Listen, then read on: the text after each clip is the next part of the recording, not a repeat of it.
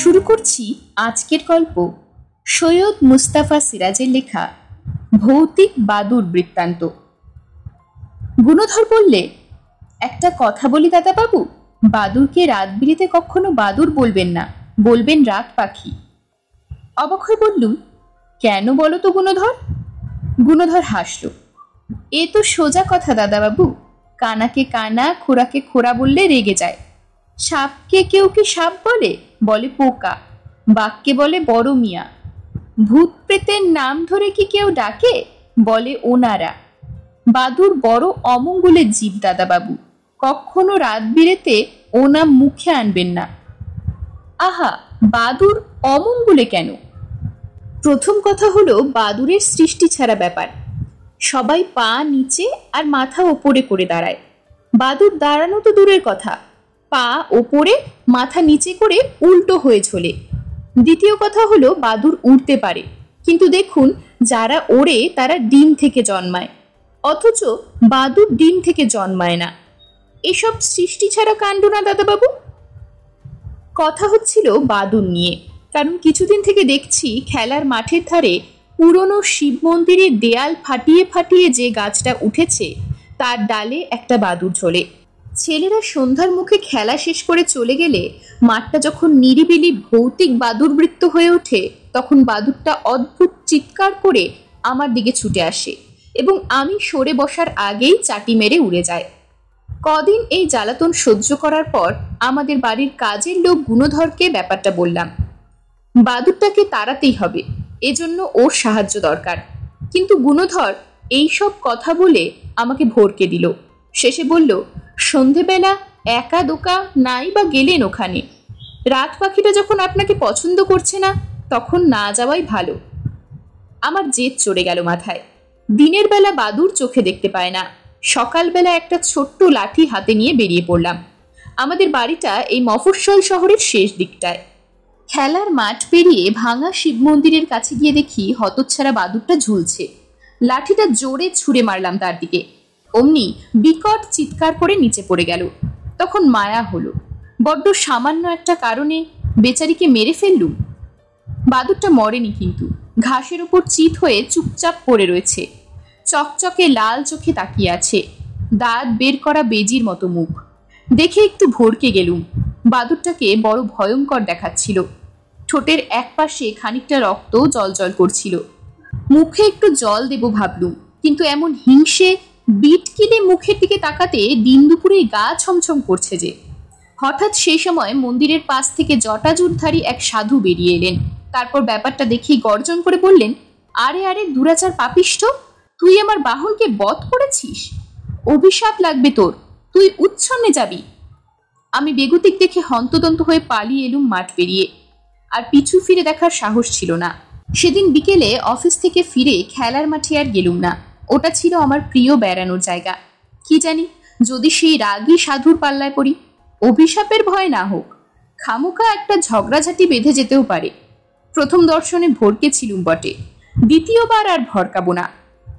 অনেক রাতে কি একটা শব্দে ঘুম ভেঙে গেল। শরৎকালে বড় মশার উপদ্রব। মশারির ভেতর শুয়ে আছি।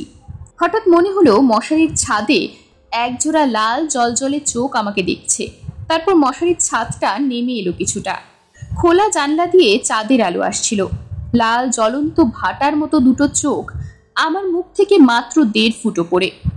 ঝটপট বেড সুইচ টিপে দিতেই উজ্জ্বল আলোয় ভরে গেল। তারপর ঘরের ভেতর তুমুল ঝটপট শব্দ। সঙ্গে সঙ্গে বুঝলুম ওটা সেই বাদুড়ই বটে। আতঙ্কে শরীর হিম হয়ে গেল। ভয় জড়ানো গলায় ডাকলাম, গুণধর, গুণধর।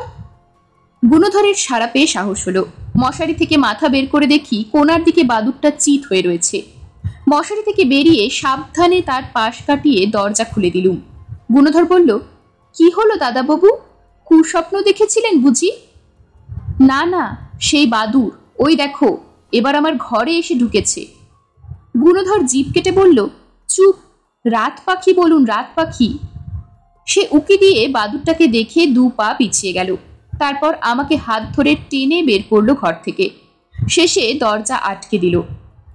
এটা বাইরের ঘর। আমাদের কথাবার্তা শুনে বাড়ির লোকেদের ঘুম ভেঙে গিয়েছিল। বরদা, মেজদা, সেজদা এবং বৌদিরা সদ্য ঘুম ভাঙা মুখে ব্যস্ত হয়ে পড়লেন।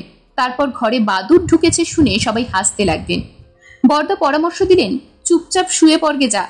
তারপর সবাই চলে গেলেন। চলে তো গেলেন, আমরা এখন কি করি? গুণধর কাপা গলায় বলল, আপনার উপর ওর কেন নজর পড়ল কে জানে। এটা মোটেই ভালো ঠেকছে না। বললাম, এক কাজ করা যাক, একটা লাঠি আনো। উজ্জ্বল আলোয় চোখ ধাঁধিয়ে গেছে ওর, নড়াচড়া করতে পারছে না, তুলে জানালা গলিয়ে ফেলে দেব। গুণধর নিমরাজি হলো, কিন্তু সাবধান বাবু বলে সে একটা লাঠি এনে দিল। দরজা খুলে কিন্তু আর বাদুরটার পাত্তা পেলুম না। ঘর তন্ন তন্ন করে খুঁজলুম টর্চ জেলে। সোফা, টেবিল, আলমারির তলা বা পেছন দিক, ফ্যান কোথাও নেই। গুণধর কিছুতেই ঘরে ঢুকলো না। ওর ওপর রাগ করে দরজা বন্ধ করে শুয়ে পড়লুম। বেড সুইচ টিপে আলো নেভালুম বটে, কেমন একটা অস্বস্তি জেগে উঠছিল। ঘুম এলো না, বারবার মশারির ছাদে চোখ পড়ছিল। পাশে লাঠিটা রেখেছি, জ্বলন্ত চোখ দুটো দেখলেই লাঠির গুঁতো মারব, যা থাকে বরাতে। চুপচাপ শুয়ে আছি। কতক্ষণ পরে জানলার দিক থেকে একটা চাপার শব্দ হলো। মশারি থেকে নিঃশব্দে মুখ বের করে সেই জানলার দিকে টর্চের আলো জ্বেলে দিলুম। আতকে দেখলুম জানলার রডের ফাঁকে মুখ রেখে দাঁড়িয়ে আছেন সেই জটাজুটধারী সাধু বাবা।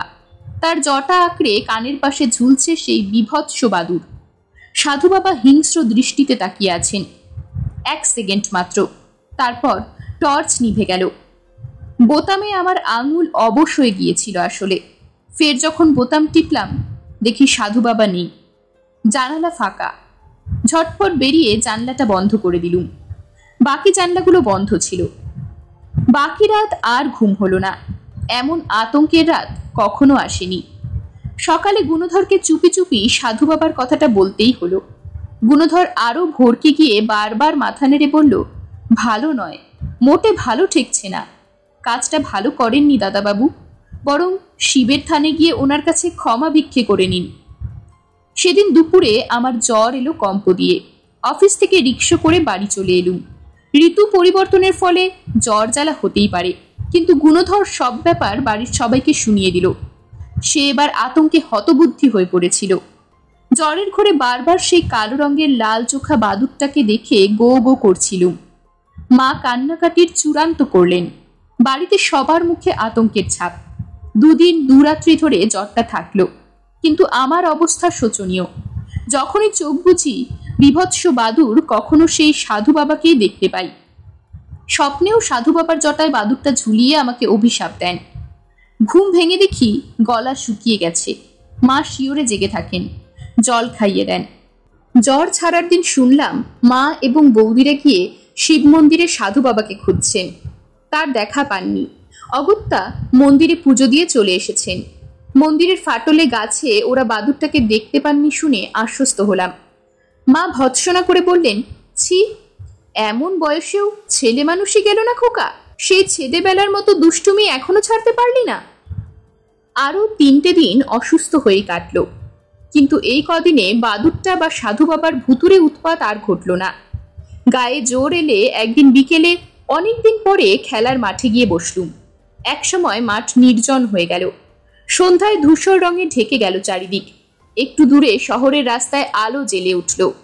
বাদুরটা যদি উড়ে এসে আমাকে চাটি মারে, আজ প্রতিবাদ করব না। বাদুরের চাটি খেয়ে মারা পড়ে বলে শুনিনি, মারে তো মারুক না কয়েকটা ঠাটি। মশার উপদ্রব শুরু হলো এতক্ষণে। শিশিরও জমছে। ফের জ্বর জ্বালা বাঁধানোর ভয়ে একসময় উঠে পড়তে হলো। আর সেই সময় মন্দিরের দিকে একটা চিৎকার শোনা গেল। সঙ্গে টর্চ ছিল।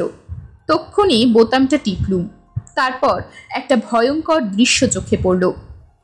সেই সাধু বাবার গলা কামড়ে ধরে ঝুলছে বিভৎস বাদুরটা, আর সাধু বাবা তাকে ছাড়ানোর চেষ্টা করছেন। মুখে অদ্ভুত একটা আর্তনাদ বেরিয়ে আসছে।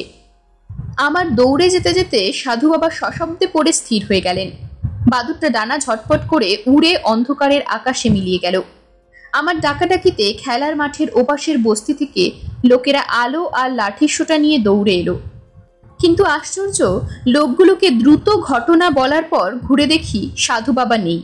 চারপাশে খোঁজাখুঁজি করেও তাকে দেখা গেল না। তখন লোকগুলো হাসাহাসি করতে থাকলো। একজন বলল, ওরে দাদাবাবু, একলা বেড়াতে এসে ভয় পেয়েছেন। ওরা চলে গেলে আমি ব্যাপারটা ভাবতে ভাবতে বাড়ির দিকে চললাম। আগাগোড়া সবটাই আমার চোখের ভুল। বাদুর ঘটিত ঘটনার এই উপসংহারটুকু আমি গুণধর বা বাড়ির কাউকে আর বললাম না।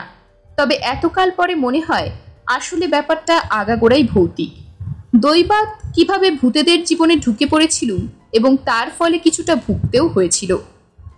ভূতেরা সত্যি বড় অদ্ভুত। এরকমই আরো সব গল্প পেতে চ্যানেলটিকে সাবস্ক্রাইব করে দেবেন। আর গল্পটি যদি ভালো লেগে থাকে তাহলে লাইক, শেয়ার আর কমেন্ট করে দেবেন।